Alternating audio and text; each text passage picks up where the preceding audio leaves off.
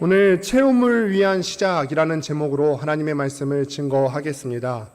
뉴욕의 한 호텔에서 손님이 자살한 채로 누워있는 것을 그 호텔의 종업원이 보았다고 합니다. 그런데 그 침대에는, 그 방에는 유서가 한 장이 놓여 있었는데 그 유서의 내용이 이렇습니다. 화면을 보시고 함께 제가 보도록 하겠습니다. 나는 이 사회에 좋지 못한 한 예를 남기고 떠난다. 나의 친구들에게는 삶을 낭비한 기억을 남기며 떠나고 나의 부모님께는 그들이 노년에 감당하기 어려운 큰 슬픔을 남기고 떠난다. 나의 아내에게는 마음에 지울 수 없는 상처를 남기고 떠나며 나의 자녀들에게는 술 주정뱅이 자살자 아빠라는 오명을 남기고 떠난다. 그리고 하나님께는 그분의 자비를 모독한 한 잃어버린 영혼을 남기고 떠난다. 죄로 인해서 타락한 삶을 살다가 자살해서 떠나가 버린 한 사람의 유서입니다. 참 비극적인 이야기입니다만은 이 사람이 이런 비극적인 선택을 하기까지 얼마나 많은 고통과 고뇌와 고민이 있었을까, 이런 생각들을 해보게 됩니다. 우리가 세상을 살아가면서 깨닫게 되는 것이 무엇이냐면, 살아가면서 힘들지 않은 사람이 없고 고민이 없는 사람이 없고, 누구나 다 같이 살아가면서 한 번쯤은 삶의 처절한 절망과 고통을 느끼곤 합니다. 사람들은 이런 고통의 상황 가운데서 이 고통을 승화시키고자 때로는 이것들을 노래로 만들어서 달래보기도 하고 어떻게든 풀어보려고 합니다. 그래서 대중가요를 듣다 보면은 대부분이 사람의 어떤 고통을 다루는 내용의 대중가요가 많고, 아니면 사랑이나 이런 공허함, 외로움을 주제로 하는 내용들이 굉장히 많이 있음을 우리가 대중가요의 가사들을 통해서 볼 수가 있어요. 가수 백지영 씨를 혹시 아십니까? 어른들도 백지영 씨를 알고 계세요? 근데 백지영 씨의 노래 가운데 기억에 남는 노래가 하나 있는데 꽤 오래전 이야기예요. 청년들은 아주 어렸을 때 이야기인데 2008년도에 나온 노래인데 총 맞은 것처럼 이라는 노래가 나왔어요. 총 맞은 것처럼. 가사 내용에 이런 내용이 있습니다. 총 맞은 것처럼. 제가 가요를 다 부를 수는 없어요. 강단에서 또 가요를 부를 수가 없기 때문에 가사만 한번 잘 들어보세요. 총 맞은 것처럼 정신이 너무 없어. 웃음만 나와서 그냥 웃었어. 그냥 웃었어. 총 맞은 것처럼 정말 가슴이 너무 아파. 가사만 계속 부르려니까 약간 어색하네요. 가슴이 너무 아파. 이렇게 아픈데 살 수가 있다는 게 이상해. 어쩌면 이 가사를 들으면서 너무 마음이 처절하게 아픔을 느꼈어요. 어쩌면 이렇게 또 사람 마음을 이렇게도 표현할 수 있을까? 감정을 이렇게 표현할 수 있을까? 그 고통을 뭐라고 표현하냐면은 총 맞은 것 같다. 안 맞아봐서 모를 텐데 총 맞은 것 같다 라고 표현을 하는 거예요. 근데 이거를 듣고 나면은 듣는 사람들도 내가 이별한 것도 아닌데 내가 이별한 것처럼 가슴이 먹먹해짐을 느낍니다. 이 내용이 놀라운 사실이 무엇이냐면은 이 내용이 사람들한테 얼마나 공감이 되었는지 나오자마자 각종 음원 차트에서 1위를 기록하기 시작합니다. 요즘에야 어떤 뉴진스라고 하는 그룹에서 디토라고 하는 노래가 1위더라고요. 그리고 여러분들은, 어르신들은 잘 모르실 텐데 르세라핌이라고 하는 또 걸그룹이 있습니다. 이런 애들이 요즘은 1위인데 2008년도에 이 백지영이 쓴 총 맞은 것처럼 이 노래가 각종 음원 차트에서 1위를 차지하게 됩니다. 여러분, 고통을 담은 가사의 노래가 각종 음원 차트에서 1위를 차지했다는 내용이 무엇을 말하는 것일까요? 이 고통의 감정을 노래한 게 보통의 사람들, 대다수의 사람들에게 이 내용이 먹혔다는 거예요. 수많은 사람들이 이 가수가 총 맞은 것처럼 내가 아프다고 했을 때 총 맞은 것처럼 그 아픈 감정을 공유하고 이해했다는 것입니다. 이 고통스러움, 공허함, 또 절망의 심연이라는 것이 몇몇 사람들만 느껴본 것이 아니라 보통 사람들의 감정이라는 거예요. 여러분들도 혹시나 이런 절망적인 상황 가운데서 공허함을 맛본 적이 있으세요? 누구한테 차마 이야기해보지도 못하겠고, 이야기한다 한들 저 사람이 내 고통을 과연 알기나 할까? 차마 말도 못한 적이 혹시 있지 않으십니까? 내가 돈이 없어서, 또는 인간관계가 힘들어서, 우리 가족 문제 때문에, 또 학업 때문에 내가 진로 상황을 잘 풀어야 되는데 진로 문제가 잘 풀어지지 않아서 넘어지신 분들이 또 계십니까? 밥맛도 없죠. 이럴 때는 우리가 좋은 것을 하려고 해본들 즐겁지가 않습니다. 내가 이거를 조금 풀어볼까? 사람들하고 약속을 잡아서 사람들과 즐거운 시간을 보내려고 해도 사람을 만나도 그것이 채워지지 않아요. 심지어 하나님의 은혜를 기대하고 나오면서 나온 이 예배 자리조차도 한참 절망의 심연에 빠져 있을 때는 이 예배 가운데서도 그 은혜를 누리지 못하는 사람이 허다합니다. 내가 푸석푸석한 모래처럼 마음이 건조한 내 자신의 모습을 발견하게 된다는 것입니다. 이런 상황 가운데서 우리는 질문을 한 가지 던져보지 않을 수가 없습니다. 이렇게 아무것도 못할 것 같은데 우리가 어떻게 다시 시작할 수 있을까? 이런 절망적인 상황 가운데서, 이런 고통의 상황 가운데서 어떻게 다시 시작할 수 있을까? 그래서 오늘 말씀을 보면은 우리와 비슷해요. 그 나오는 주인공들이 우리와 비슷하게 인간의 고난과 고통을 마주하고 있는 세 여인을 발견하게 되는데, 그 세 여인의 이름이 무엇이냐면 나오미와 또 이 나오미라고 하는 여자의 두 며느리인 오르바와 룻이라고 하는 여인들입니다. 그런데 지금 이 세 사람이 굉장히 어려운 상황 가운데 빠져 있습니다. 어떤 상황인지 함께 보실까요? 먼저 이 모든 문제의 원인이 되는 1절을 함께 보도록 하겠습니다. 함께 1절을 읽도록 합니다. 시작. 사사들이 치리하던 때에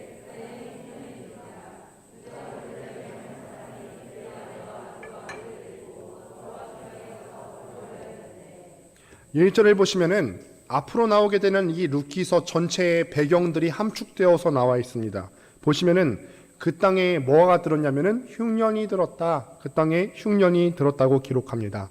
여기서 그 땅이라고 하는 것은 이스라엘 땅 전역을 의미하는 것이 그 땅입니다. 이스라엘 사람들이 그 땅 가운데 흉년이 얼마나 심하게 들었는지 지금 이 나오미의 가정이 살고 있는 베들레헴까지 이 흉년이 들었다라고 기록을 하는데, 여러분 사실 이 말씀을 볼 때는 참 이게 역설적이라는 사실을 볼 수 있어야 되는데, 베들레헴이라는 단어의 뜻이 무엇이냐면 떡집이라는 뜻을 갖고 있어요. 떡집. 베이트라는 것이 집이라는 뜻을 갖고 있는데, 베이트 들레헴까지 이렇게 이어지게 되면은 떡의 집이다라는 뜻을 갖고 있습니다. 그런데 여러분, 이 떡집에 먹을 것이 없다는 말을 이상하게 받아들이셔야죠. 떡집에 먹을 것이 없다는 것이 참 모순적입니다. 그 이름에 걸맞지 않게 이 땅 가운데 지금 먹을 것이 없다고 성경에서 말하고 있습니다. 그때 이 베들레헴에 누가 살았냐면은 엘리멜렉이라고 하는 사람이 살았습니다. 그런데 이 사람이 흉년을 피해서 모압이라고 하는 땅으로 이주를 하게 됩니다. 이스라엘 전역에 흉년이 들었으니까 갈 수 있는 곳이 없어요. 이스라엘의 한 지역만 흉년이 들었다면은 이스라엘 내에서 다른 지역으로 이동을 할 수도 있을 텐데, 지금 보니까 그 땅 가운데 이스라엘 전역 가운데 흉년이 들어서 갈 수 있는 곳이라고는 외국 땅 외에는 없는 그런 상황이에요. 그래서 이 가족이 어디로 가냐면 모압이라고 하는 곳으로 이주하게 됩니다. 여러분, 이 모압을 한번 주목해 보시는 곳입니다. 모압은 이스라엘 사람들이 가면 안 되는 곳입니다. 왜냐하면은 모압 사람들과 이스라엘 사람들이 서로 원수 같았고 상종하지 않았던 사람들입니다. 그 옛날에 이스라엘 사람들이, 조상들이 애굽에서 나와서 가나안 땅으로 갈 때에 모압 땅은 출애굽한 이스라엘 사람들이 가는 그 통로 한 가운데에 있었어요. 그런데 모압 사람들이 혹시나 이스라엘 사람들이 지나가면서 자기들에게 해가 될까봐 길을 터주지 않았습니다. 그래서 신명기 23장 3절을 보면은 모압 사람은 여호와의 총회에 들어오지 못하게 했습니다. 23장 3절에 이렇게 기록합니다. 암몬 사람과 모압 사람은 여호와의 총회에 들어오지 못하리니 그들에게 속한 자는 10대뿐 아니라 영원히 여호와의 총회에 들어오지 못하리라. 영원히 모압 사람은 이스라엘 가운데 끼어서 살 수가 없다. 지금 그 말을 하는 것입니다. 그런데 지금 이 가족들이, 엘리멜렉의 가족들이 흉년이 드니까 이스라엘 사람들이 섞여 살 수 없는, 상종도 하지 않는 모압 사람들의 땅으로 이주한다는 것입니다. 누가 이주했다고요? 엘리멜렉. 엘리멜렉의 이름의 뜻이 또 중요한데, 엘리멜렉의 이름의 뜻은 무엇이냐면 나의 하나님이 왕이시다라고 하는 뜻을 갖고 있습니다. 그런데 그 사람이 하나님께서 허락하신 그 땅, 원래는 이 가나안 땅이 이스라엘 사람들에게 허락하신 땅이잖아요. 그런데 하나님께서 허락하신 그 가나안 땅을 떠나서 여호와를 섬기지 않는 이방 민족의 땅으로 갔다는 것입니다. 엘리멜렉 이름의 뜻이 하나님은 나의 왕이신데 하나님을 왕으로 섬긴다고 하는 사람들이 하는 행동으로 생각할 수가 없는 일을 지금 이 가족이 했다는 거예요. 그럼 어떤 사람들은 이렇게 질문할 수 있죠. 목사님, 그러면은 이스라엘 땅 전역 가운데 흉년이 들었는데 그럼 어디로 가요? 모압으로라도 가야 되는 거 아니에요? 모압으로라도 가서 흉년을 피하고 봐야죠. 이렇게 물어보시는 분들은 지금 문제의 핵심을 완전하게 잘못 짚고 계시는 거예요. 지금 문제는 무엇이냐면은 흉년이 들어서 어디로 가야 되는지 지금 그 문제를 갖고 성경이 말하고 있는 것이 아니에요. 더 근원적인 문제가 있어요. 흉년이 오게 된 이유가 있다는 것입니다. 1절 맨 처음을 보시면은 그 힌트가 나와 있는데 1절 맨 처음에 이렇게 기록이 되어 있습니다. 사사들이 치리하던 때에, 사사들이 치리하던 때. 그러니까 이 룻기서의 배경이 되는 시대가 언제냐면은 사사시대입니다. 사사시대. 사사시대에 대한 내용은 룻기 이전에 나오는 사사기에 좀 더 자세히 기록이 되어 있습니다. 그때 시대적인 특징이 무엇이냐면 사람들이 각자 자기 소견에 옳은 대로 행했다라고 기록이 되어 있어요. 사람들이 자기 소견에 옳은 대로 행했다. 이 말이 무슨 말이냐면 자기 하고 싶은 대로 했다. 죄 있는 사람이 자기 하고 싶은 대로 하는 일이라고는 뭐밖에 없을까요? 죄 짓는 일밖에 없겠죠. 하나님의 뜻대로 하지 않고 자기 소견대로 자기 뜻대로 일을 하면서 죄를 지었다. 이게 사사기의 시대적인 배경이에요. 사사기 17장, 21장, 심지어는 사사기의 맨 마지막 구절이 21장 25절인데 사사기 맨 마지막 구절에서도 반복되어서 이렇게 기록을 합니다. 그때 이스라엘에 왕이 없으므로 사람이 각기 자기의 소견에 옳은 대로 행하였더라. 이게 사사기에서 반복되는 패턴입니다. 이스라엘 사람들이 왕이 없기 때문에 각자 자기의 소견에 자기 마음대로 행했다고 기록을 합니다. 그런데 한번 여러분들께 묻습니다. 정말 이스라엘에 왕이 없습니까? 물론 지금 이 사사시대는 왕정으로 들어가기 전인데 행정적인 왕이 없다고 해도 이스라엘에 정말 왕이 없으십니까? 아니죠. 이스라엘에는 왕이 있습니다. 이스라엘에는 하나님께서 다스리시는 민족이고 하나님께서 통치하시는 나라이기 때문에 이스라엘에는 하나님이 왕이십니다. 그런데 백성들이 왕이 없으므로 자기 소견에 옳은 대로 했다는 말은 하나님이 왕이신데 이 사람들이 하나님을 왕 취급하지 않았다는 것입니다. 하나님 말씀에 불순종했다는 거예요. 그러면은 하나님의 심판이 있죠. 사람이 자기 소견에 옳은 대로 하고 죄를 지으면은 죄의 값을 받게 되는데 심판이 있게 되는 것입니다. 이 고통 중에서 이스라엘 사람들이 그 심판 때문에 괴로워서 부르짖으면은 하나님께서 그 가운데서 또 불쌍히 여겨주셔서 사사를 일으켜 주시고 그 고통 중에서 구원해 주세요. 잘못했어요. 그리고 이스라엘 사람들이 그 심판 가운데서 회개하면은 하나님이 사사를 보내주신다. 이게 계속해서 반복해서 일어나는 것이 사사시대의 특징입니다. 그러면 다시 한번 오늘 본문 말씀으로 돌아와서 한번 생각해 볼까요?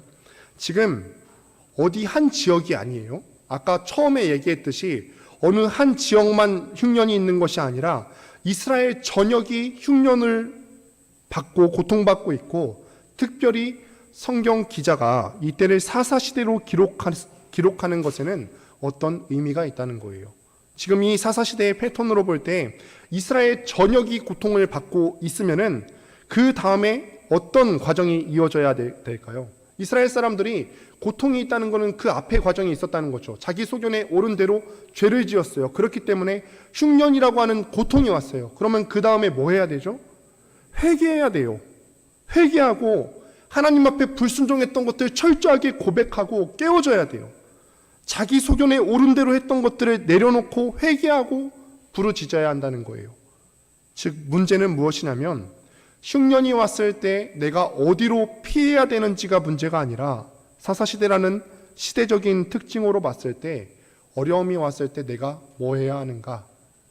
회개해야 되는 것, 부르짖어야 하는 것이 바로 이 문제에 대한 해답이죠. 그런데 엘리멜렉, 하나님은 나의 왕이시다 라는 뜻의 이름을 가진 그가 어떻게 했다고 합니까? 하나님께 회개하는 것이 아니라 하나님께 부르짖는 대신에 왕이신 하나님 앞을 먼저 찾는 것보다 자기 소견에 오른 대로 모압으로 갔다는 거예요.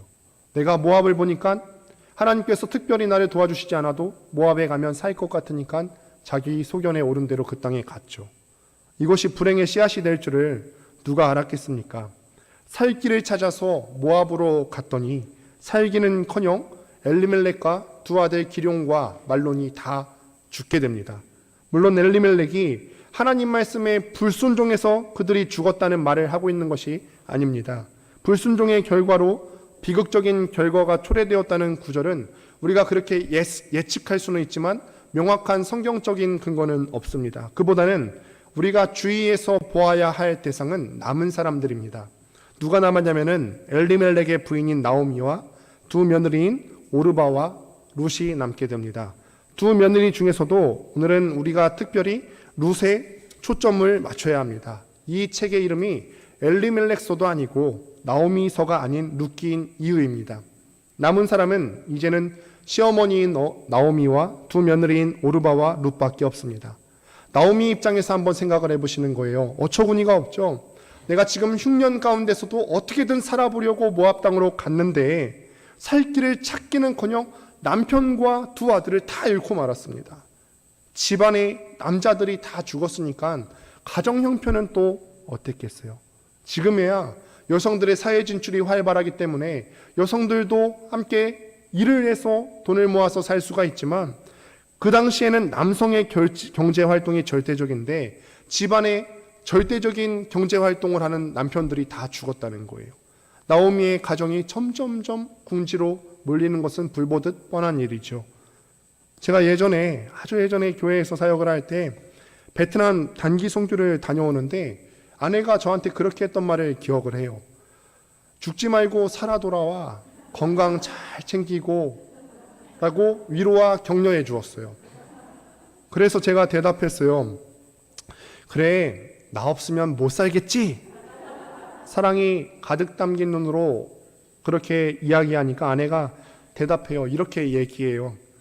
그럼 못 살지. 애들은 누가 키워? 우스갯소리지만 근데 사실은 이때 나오미의 심정이 딱 이랬을 거예요. 나오미가 크게 다르지 않은 상황이었을 거란 말이죠. 참 보잘것없이 되었어요. 남편과 두 아들이 다 죽고 재산이 다 사라지고 가난한 과부만 남은 지금 텅 빈 무대입니다. 비록 힘든 상황, 흉년 때문에 그 고향 땅을 떠나왔다고는 해도 그들에게도 다시 일어나 보겠다는 희망이 있지 않았을까요? 모압 땅으로 어쩔 수 없이 왔지만 이 망한 가운데서도 내가 다시 한번 재기해야겠다, 일어나야겠다, 망한 우리 가정 다시 일으켜 세워봐야겠다, 이런 꿈이 그래도 있지 않았을까요? 그런데 그 가졌던 꿈도 희망도 다 사라지고 남은 것은 이제 불쌍한 과부 셋과 그들이 겪고 있는 지독한 가난뿐입니다. 하나님을 떠나서 자기 소견대로 행한 대로 왔더니 텅 빈 인생을 마주하게 되었다. 하나님을 떠나서 자기 소견에 오른 대로 내가 원하는 대로 해서 왔더니 텅 빈 인생을 마주하게 되었다는 것입니다.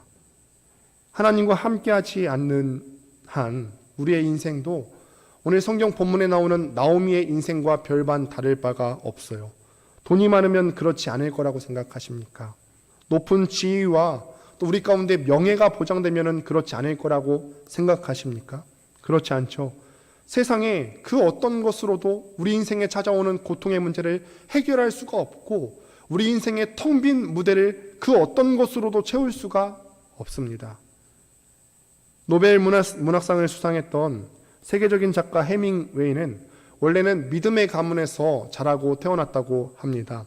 많은 사람들이 좋아했고 또 유명했던 사람이니만큼 겉보기에는 참 화려하고 풍요로운 삶을 살았어요. 그런데 이렇게 부족할 것 없이 살아온 이 사람도요, 죽을 때 이런 말을 남겼다고 합니다.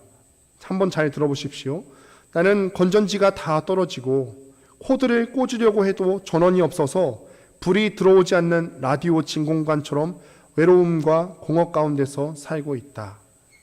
사람들이 다 인정해주고 풍요로워 보이고 행복의 조건을 다 가진 것처럼 보이는 그가 결국에는 권총으로 자살을 하고 말았어요. 아까 서두에 이야기했듯이 이 사람들뿐만이 아니라 나오미뿐만 아니라 또 룻뿐만 아니라 수많은 사람들이, 모든 사람들이 다 인생의 무대가 텅 빈 듯한 느낌을 경험하며 살아갑니다. 왜 비어 있을까? 왜 우리 인생의 무대는 비어 있을까요? 하나님을 떠나 있었기 때문에 그렇죠. 하나님을 떠났기 때문에 그렇습니다. 하나님을 떠난 인생은 텅 빈 무대와 같은 것입니다. 그러나 재미있는 사실은 무엇이냐면 텅 빈 무대 가운데서 이 나오미가 새로운 길을 찾게 되는 여정이에요. 새로운 길을 찾았다는 것입니다. 모든 것을 잃어버리고 자기가 그나마 일말의 희망을 품고 있었던 그것마저도 없어져 버렸을 때 모든 사람이 선택하는 것처럼 삶을 그냥 포기해버리는 것이 아니라 해밍웨이처럼 곤충으로 자살해버리고 마는 것이 아니라 침대 위에서 목매어서 죽는 것이 아니라 마침내 그의 마음을 다시 정해서 새로운 길을 찾았다고 하는 것입니다. 그의 마음을 고향 이스라엘로 하나님께로 방향을 정했는데 함께 6절 말씀을 보도록 하겠습니다. 함께 읽습니다. 시작.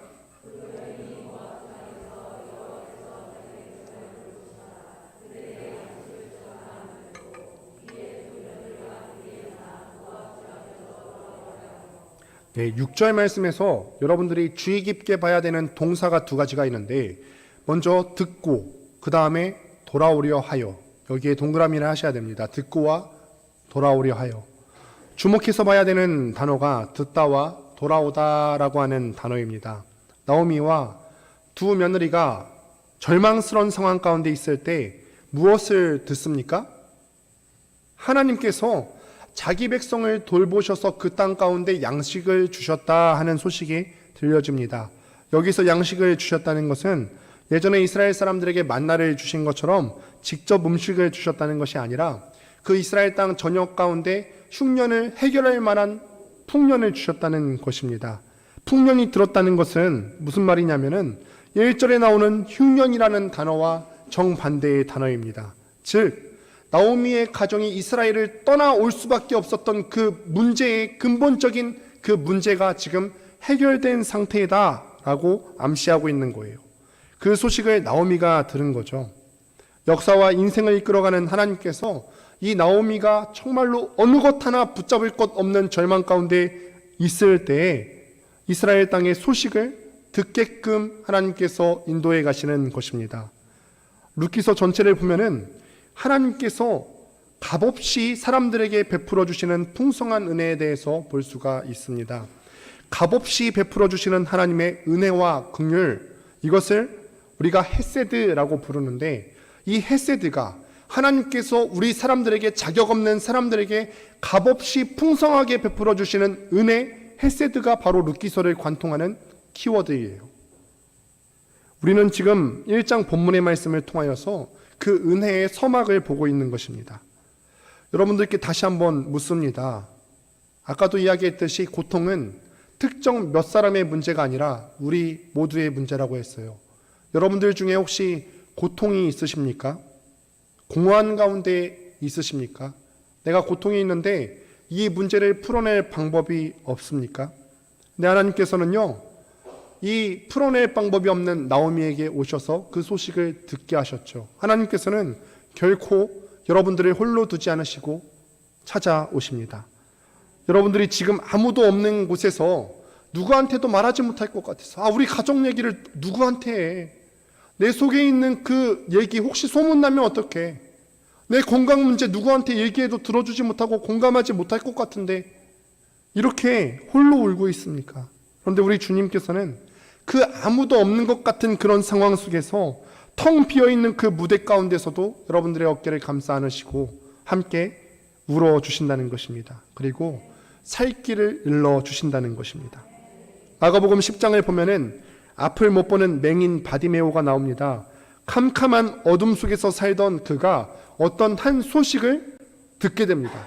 오늘 나오미가 소식을 들었던 것처럼 바디메오도 어떤 소식을 듣게 되는데 무슨 소식이냐면 그의 인생을 완전히 구원한 이 들음이 무엇이냐면 나사렛 예수가 그 앞을 지나간다는 것을 들어요. 나사렛 예수가 그 앞을 지나가신다는 소식을 이 맹인 바디메오가 듣게 됩니다. 이렇게 기록을 합니다. 나사렛 예수시란 말을 듣고 소리질러 이르되 다윗의 자손 예수여 나를 불쌍히 여기소서 하거늘 나사렛 예수시란 말을 듣고 바디메오는 그 말을 듣고 예수님께 나아간 끝에 캄캄한 세상에서 해방이 되게 되었어요. 여러분, 그래서 우리가 이 말씀을 우리가 대할 때 정신을 차려야 될 줄로 압니다.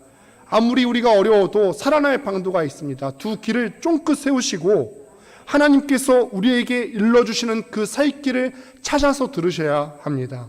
그래야 여러분들을 억누르고 있던 그 절망의 심연에서 벗어날 수가 있다는 것입니다. 그 다음에 들은 다음에는 두 번째 단어가 뭐라고 했죠? 돌아와야 한다라고 했습니다. 돌아와야 합니다. 아까도 얘기했듯이 이 사사시대의 패턴 중에서 이스라엘 사람들이 하나님께 불순종하고 자기 마음대로 하다가 고난이 생기면은 어떻게 해야 문제가 해결된다고 했죠? 하나님 앞에 잘못된 것들을 뉘우치고 회개해야 된다고 했습니다. 하나님께 부르짖고 회개해야지 문제가 해결됩니다. 아닌 것처럼 그냥 덮고 지나가면 안 됩니다. 하나님께 돌아와야 한다는 것입니다. 이 돌아오다라는 단어가 오늘 본문 6절부터 22절 사이에 몇 번이나 나오는지 한번 보시겠어요? 6절부터 22절 사이에 제가 파악한 바로는 이 16절밖에 안 되는데 10번 나옵니다. 10번. 길지 않은 본문 사이에서 어떤 특정 단어가 10번이나 나온다는 것은 성경을 기록한 사람이 그 단어를 강조하고 싶은 거예요. 연애편지 고작 써봤자 한 장 정도 쓰죠. 많이 쓰는 사람 2장, 조금 미치면 3장 이상 이렇게 쓰게 되는데 그 짧은 장수에서 어떤 단어를 가장 많이 쓸까요? 사랑이라는 말을 많이 쓰겠죠. 사랑하니까 이 짧은 장수에서도 그 단어를 강조하죠. 마찬가지로 성경에서도 성경 기자가 강조하고자 하는 바는 반복을 일단 많이 합니다. 이 나오미가 자신의 고향 이스라엘 땅으로 돌아가기로 결정을 합니다. 그리고 모압 여자들인 두 며느리 중에 오르바는 자기 고향 땅 모압 땅으로 되돌아가고 룻은 시어머니와 함께 이스라엘로 가기로 결정을 합니다. 이때 우리가 그 인물들의 심정을 파악해 보는 거예요. 이스라엘로 향하는 나오미와 룻의 심정이 어떠했을까요? 나오미와 룻이 베들레헴에 도착했을 때 10년이 지났음에도 나오미의 얼굴과 이름을 기억하는 무리들이 나와서 그들을 환영합니다. 그때 나오미가 하는 말이 이 나오미의 심정을 대변하는데 20절과 21절의 말씀을 함께 읽어보도록 하겠습니다. 함께 읽습니다. 시작.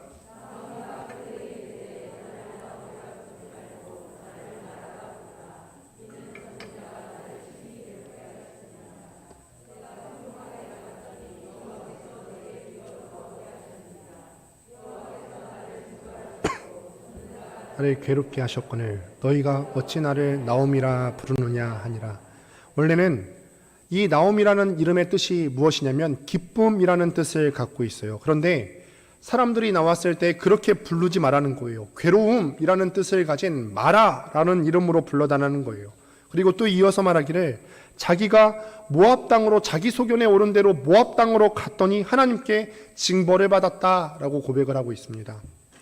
나오미의 얼굴과 또 이름까지도 기억하던 사람들이었으니까 당연히 그녀의 가족들도 잘 알고 있었을 거예요. 그러면 물어보겠죠. 나오미한테 야 나오미야 너 남편은 어떻게 됐어? 두 아들은 또 어떻게 됐는데? 물어봤을 것임이 분명합니다. 이때 이들이 죽었다고 말하는 나오미의 표정을 한번 생각해 보세요. 처절한 실패를 경험하고 텅 빈 심정으로 돌아가는 이 나오미의 심정이 이해가 가십니까? 떠날 때는 어떻게든 이 위기를 모면해 보려고 떠났어요. 가서 내가 좀 성공해 봐야지. 그런데 떠났는데 망해서 돌아오는 거예요. 그리고 사람들이 이거에 대해서 묻죠. 그때 이 사람들 앞에서 자기의 실패를 이야기하는 나오미의 심정이 결코 편하지 않았을 거예요. 함께 동행한 룻도 마찬가지입니다. 어려운 상황이기는 매 한 가지였을 것입니다. 고향 땅을 떠나서 낯선 곳으로 간다는 것이 얼마나 두려운 일입니까? 저는 어릴 때부터 계속해서 충청도에서 자라다가 20살이 되어서 충신대로 진학을 하면서 서울에서 지내게 되었어요. 그런데 이게 정말 놀랍더라고요. 같은 대한민국인데 너무 달랐어요. 제가 지하철을 20살 때 처음 타봤어요. 지금이야 직산역이 있지만 직산역이 조금 더 빨리 돌아왔으면 좋았을 것을, 제가 20살 때 지하철을 처음 타보게 되는데 처음 상경하고 너무 무서운 거예요. 지하철 어떻게 타지? 마음속으로 계속 고민이 되는데 이걸 물어보면은 창피할 것 같고, 그래서 제가 생각한 게 지하철에 가서 다른 사람을 관찰하기로 했어요. 제가 관찰을 했는데 그때는 지하철을 지표로 이렇게 넣는 게 있었죠. 그쵸? 기억이 나세요? 지표로 넣는 게 있었는데 하필 그 무렵에 교통카드가 도입이 됐어요.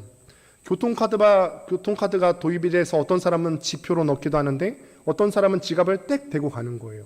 제 생각에 이런 생각이 들었어요. 그래, 이게 어떤 국가적으로 어떤 시스템이 도입이 됐나 보다. 나도 주민등록증이 있는데 그 주민등록증으로 찍히는 건가 보다 하고 과감하게 찍고 돌진하려고 했던 적이 있어요. 이게 제 속에는 그런 마음이 있었어요. 이게 오히려 더 머뭇거리면 안 돼. 이게 될까 말까 하고 살며시 들어가면 안 돼. 용감하게 들어가야지 하고 들어갔다가 큰 수치를 당한 경험이 있었어요.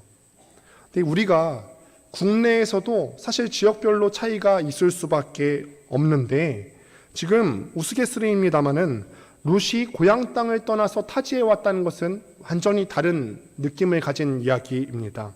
문화와 환경이 전혀 다른 곳으로의 이주를 감행을 했다고 하는 거예요. 더더군다나 제가 서두에 이야기를 한 대로 모압 사람은 이스라엘 사람들에게 환대를 받을 수가 없어요. 모압 사람들은 이스라엘 사람들과 상종할 수 없는 민족이었기 때문에 이 사람이 가도 환대를 받을 수가 있는 입장이 아니었습니다. 룻은 아마도 이 시어머니 나오미에게서 이스라엘 사람들이 모압 사람을 어떻게 대하는지 들어서 알고 있었을 것입니다. 그래서 이 모압 사람인 자신이 이스라엘 땅으로 갔을 때 어떤 대우를 받을지 두려운 마음도 있었을 수 있었겠죠. 그럼에도 불구하고 이 나오미와 룻이 돌아가기로 결단합니다. 이것이 그들의 인생을 뒤바꾸고 하나님의 전적인 은혜를 체험하게 되는 새로운 시작이 되었다는 것입니다.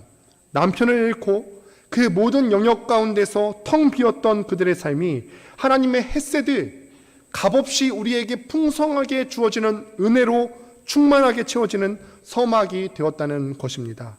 그 자세한 은혜의 내용은 다음 주부터 계속해서 이어지는 룻기서 2장 이하에서 계속 이어지게 됩니다. 사랑하는 여러분, 누구 한 명 인생의 텅 빈 상황을 경험하지 않는 사람이 없습니다. 그 상황 가운데서 우리의 믿음의 선택이 중요합니다. 무엇을 듣느냐? 듣고 나서 우리가 어떻게 행동할 것인가? 우리도 공허한 때에, 괴로울 때에 하나님께서 당신의 음성을 들려주십니다. 여러분을 향한 그 음성 듣기를 애쓰셔야 합니다. 또한 여러분들 가운데 혹여나 하나님의 이 음성을 들으신 분이 계시다면 그 다음으로 더욱더 중요한 것은 하나님께로 돌아가야 한다는 거예요. 내가 처음에는 자기 소견에 옳은 대로 행했다가 망한 길로 들어섰지만 그 다음에 뉘우치고 하나님께로 돌아가야 되는 과정이 있어야 한다는 것입니다. 여기서 돌아간다는 것은 단순히 멈춰서는 것을 의미하지 않습니다. 뒤돌아서서 원래 있던 방향으로 가야 되는 거예요. 반대 방향으로 가야 한다는 거죠. 이전에는 내가 하나님께서 싫어하시는 일들, 내 소견에 옳은 대로 했던 것들, 죄인인 내가 내 맘대로 하니까 죄밖에 지을 일이 더 있겠습니까? 그렇게 죄만 지으면서 살았는데 그냥 죄 짓는 것을 멈추는 것이 아니라 적극적으로 하나님께서 원하시는 일을 찾아서 그 방향으로 돌아가기를 애쓰셔야 된다는 것입니다. 나오미와 룻이 그러했던 것처럼 돌아가는 것은 말처럼 쉬운 일이 아닐 거예요. 여러분들께서도 다시 돌아간다고 했을 때 하나님의 명령에 따라서 다시 한번 신앙생활에 열정을 내려고 할 때 그 말이 생각보다 쉽지 않을 수 있습니다. 멈춰섰던 기도생활 다시 하는 것이 생각보다 어려울 수 있습니다. 말씀을 늘 보았었는데 이제는 말씀 생활을 안 하고 있다. 다시 보는 것, 우리가 습관화되어 있지 않은 경건생활은 다시 시작하기 어려울 수 있습니다. 또 사람들이 수군될 수도 있겠죠. 나오미와 룻을 향하여서 사람들이 수군될 수도 있었을 거예요. 예전에 우리 땅 버리고 우리가 그렇게 싫어하는 모압 땅으로 간 걔네 가족들 아니야? 이 며느리 모압 여자 아니야? 어떻게 모압 여자를 며느리로 들을 수가 있대? 그런데 이런 어려움을 무릅쓰고 나오미와 룻은 돌아갔고 이것이 다음 장으로 이어지는 은혜의 서막이 되었다는 사실을 기억하시길 바랍니다. 우리가 돌아가려고 작정할 때 사람들의 시선은 신경 쓸 필요가 없습니다.